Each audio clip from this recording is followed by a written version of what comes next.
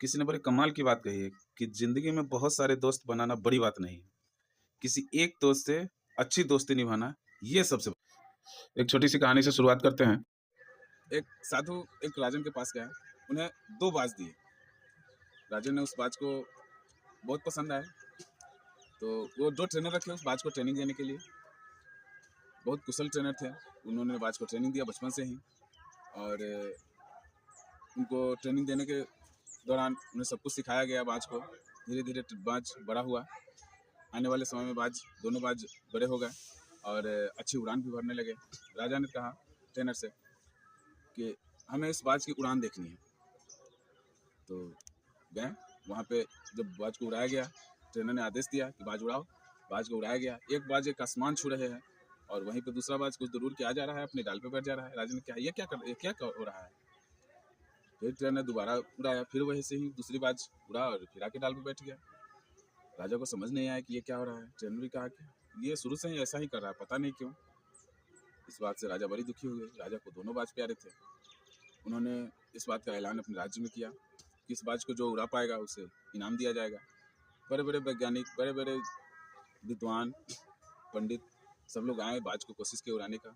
सब लोगों ने निराश हो गए, बाज उड़ नहीं पाया। एक बाज तो पूरी आसमानों को छू रहा था, पूरी ऊंचाई में उड़ रहा था।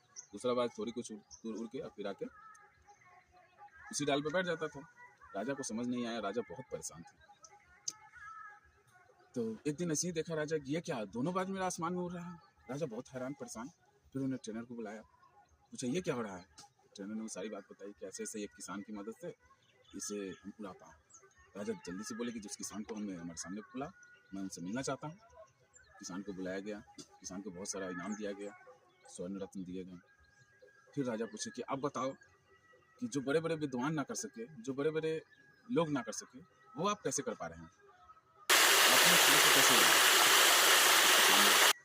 नम्रतापूर्वक राजा से कहा, मैं इतना पढ़ा लिखा नहीं, मैं ज़्यादा ज्ञान की बात नहीं, पर मैं इतना जानता हूँ सिर्फ इतना ही जानता हूँ कि बाज जिस डाल पे आके बैठ जाता था, जिस डाल से उसे बहुत प्रेम था, बहुत स्नेह था, उसको वो छोड़ना नहीं चाहता था। उस डाल के कारण अपनी उड़ान को भूल चुका था, वो अपने अस्तित्व को भूल रहा था। मैंने उस डाल को ही काट दिया। जब वो डाल कट गई, उसको बैठने का आसरा खत्म हुआ, तो फिर वो अपने साथी के साथ पूरी ऊंचाई पर उड़ने लगा। राजा इससे खुश हुए और उसे सांत्वना पुरस्कार दिया गया। इस कहानी से हमें ये सीख मिलती है कि दोस्त ढेर सारे बनाना आसान है, बहुत सारे दोस्त बनाने आसान है, लेकिन एक दोस्त से दोस्ती जीवन भर अच्छी दोस्ती निभाना, ये उससे भी